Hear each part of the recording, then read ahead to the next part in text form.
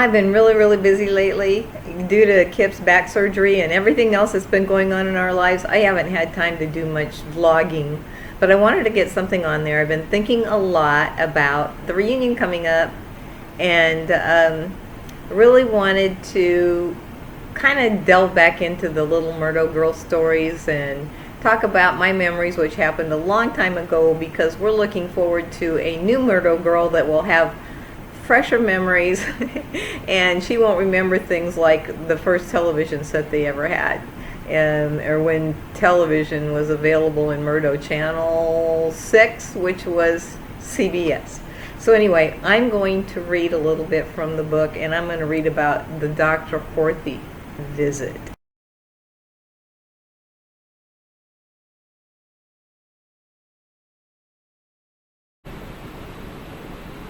I guess I should tell you what I went through last month. I had been home from school for a few days with a bad sore throat accompanied by a spasmodic cough. Mom said it appeared that I wasn't going to get better, so she took me to Dr. Horthy, who examined me. Dr. Horthy came to Kennebec from Hungary and has never been able to talk United States that well. She said a bunch of things I didn't understand and gave me a shot which almost made me pass out. Then she took Mom aside and talked to her in a low voice. When they finished talking, Dr. Horthy told me I was having epileptic seizures, and I would have to have a shoot, every week until the symptoms went away, or got worse. She paused to catch her breath. I guess Mom said not to worry because Dr. Horthy was going to teach her how to give me shoots so I wouldn't miss any more school and flunk. And then Dr. Horthy said there was nothing more that she could do and sent me home. I remember thinking that for some reason I began to understand every word Dr. Horthy said. Well, I bawled all the way home, and Mom didn't appear to be very sympathetic to the fact that her only daughter was an epileptic having fits. When we got home, she made me drink Pepto-Bismol and put me to bed. I didn't even have diarrhea. I'm very thankful that a miracle happened, and the first shot did the trick. I haven't had a seizure or missed a day of school since. I guess you have figured out by now why I'm not too anxious to go back to the good Dr. Horthy. If I describe my stomach pain, she'll probably do some sort of emergency exploratory surgery right in her office.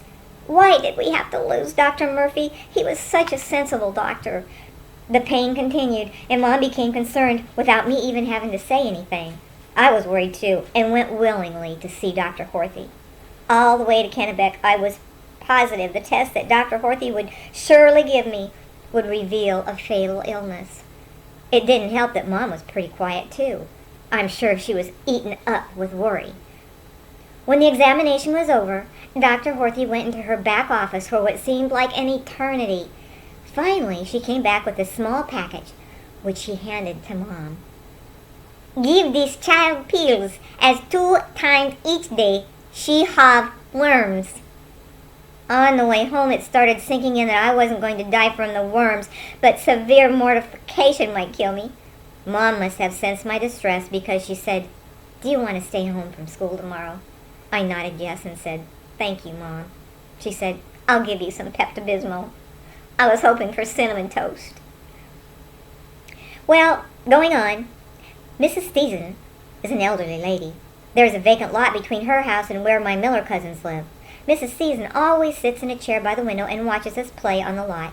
We have plays and carnivals. If we have enough kids, we play games like Red Rover and Captain May I. We go visit Mrs. Steeson too. The only bad thing about her is she gives us apples on Halloween instead of candy. One day she asked us if we knew how to knit or sew. She said those Sanderson girls, who are our moms, never learned anything useful when they were young. I made the mistake of telling my mom what she said, and guess what? Mom took me to Mrs. Steeson's house the very next day and asked her to teach me how to knit. I was standing by Mrs. Steeson's chair, and I was watching and concentrating very hard. I started feeling hot, and before I knew it, I had passed right out and hit the floor. Mom took me home and said, "Well, that's the end of that," and I knew that my knitting days were over. Have you noticed that I haven't said much about Billy? He's working at Sanderson's store. He gets to slide back and forth on the ladder and either put things up on the shelf or takes them down when customers ask him. Some of the ladies in town don't like him to work there because Billy has to call Mom as soon as Jean Thomas's corn comes in.